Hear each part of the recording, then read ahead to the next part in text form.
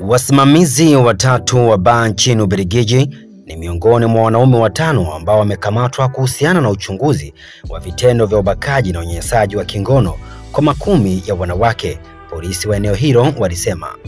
Washukiwa hao walihusishwa na unywaji pombe na waathiriwa wa kike 41 kuanzia Desemba 2021 hadi Desemba 2024. Washukiwa hao watatu waliendesha biashara katika mji wa kaskazini magharibi wa Koljik ambapo vitendo vya kuweka vilevi kwenye vinywaji vilifanyika. Wachambuzi walisema wanaamini walijadiliana kuhusu mashambulizi hayo.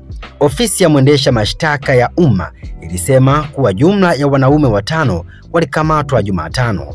Unywaji pombe kupita kiasi ni hatari kwa afya yako. Kunywa kistaarabu. Endelea kutufuatilia kupitia mitandao yetu mbalimbali ya kijamii. Stein TV_TZ